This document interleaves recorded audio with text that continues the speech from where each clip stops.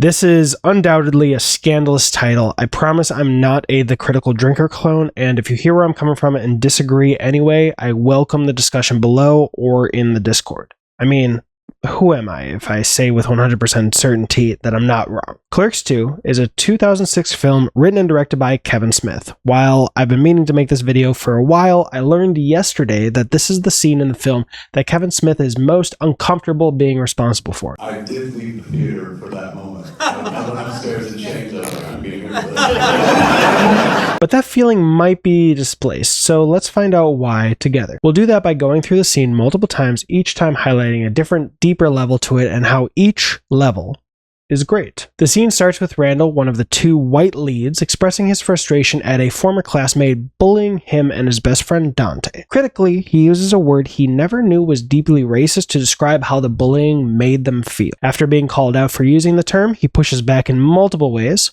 First, with bewilderment. He truly didn't know it was a racist term. Then, multiple times with denial. His first level of denial is by illustrating what he does know is racist. In his mind, he is informed. At one point, he learned that all these terms were racist. So if the inciting term was racist, he would have already learned that. Next, when his best friend Dante starts to educate him about its history, he pushes back by illustrating his own relationship with the term. After Dante tries attacking the conversation laterally, Randall pushes back again, trying to defend his grandmother. When that defense reveals another facet to his grandmother's racism, he tries pointing out that she was never directly racist to anyone. He gives a variation of the "they were from a different time" defense until finally he realizes.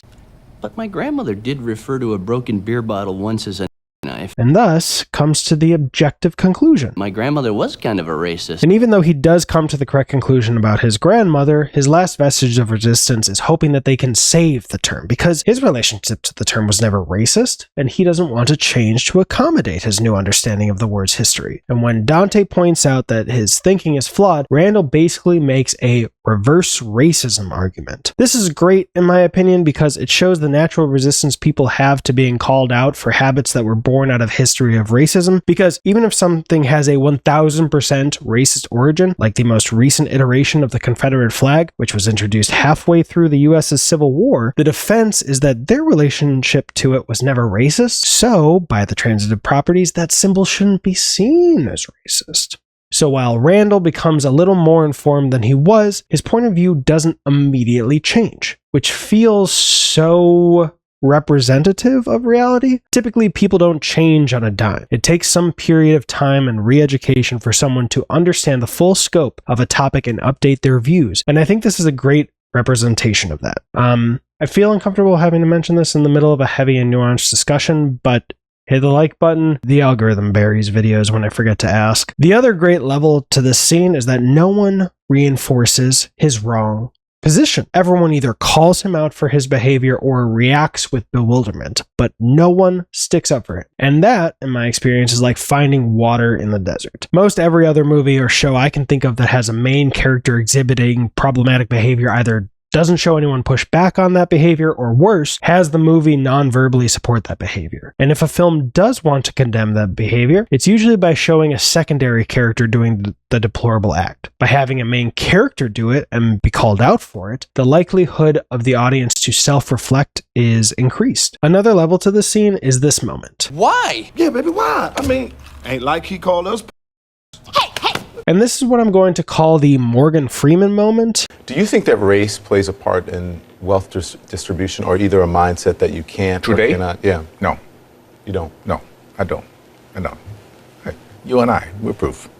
Why would race have anything to do with it? He later became more informed and changed his position, but it is a reality that, through a multitude of reasons, members of a discriminated community can actually undermine efforts to stop the discrimination. Either like this scene claiming that because they weren't the direct victims they shouldn't be mad, or Morgan Freeman using his anecdotal experience to claim total reality. Those alternative takes can then be used by the discriminators to disprove the reality of the situation, thus slowing down progress towards a more equal society. Obligatory second mention of the like button. The reality is, newer movies are taking the sanitization approach. They are completely erasing racism, sexism, and other forms of hate, and that can be great. Showing a world where those things don't exist can act as a good example of how people should behave towards one another, but there's the unintended side effect. Because every movie is doing that, we're unintentionally being told those things don't exist. And pretending issues of inequality don't exist leads to those issues not being addressed. It's a silent form of denial. What would be better for us is a mix of these. Some projects can show that idyllic world, and others can show the reality plus condemnation of that reality, where by showing us realistic ways characters can learn and grow, we can ourselves learn and grow. I guess it shouldn't be a surprise that this scene was actually inspired by a very real situation in Kevin Smith's life. I did most of the talking, and kind of silent Bob next to him the whole time. And at one point, it uses the term, he's just like, I'm fucking sitting at my house like a fucking or something like that. And he thinks nothing of it, but his face was down, and as soon as he goes, he's looking at the camera like, is this okay? Should we cut or something like that?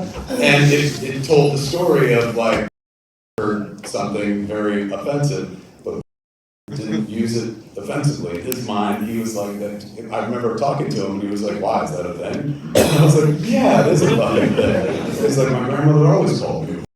I was like, oh shit. So years later, when I wrote Clerks 2, I put that scene in there for that very reason. I made this video with the hope that anyone who came looking for their bad views to be reinforced, like the critical drinker is so happy to do because it's very profitable for him to do so, instead learned a little something, and moving forward can grow, and that future writers can reevaluate the lessons they've learned. It's not total erasure of issues that's the answer, but tackling those issues in more responsible ways.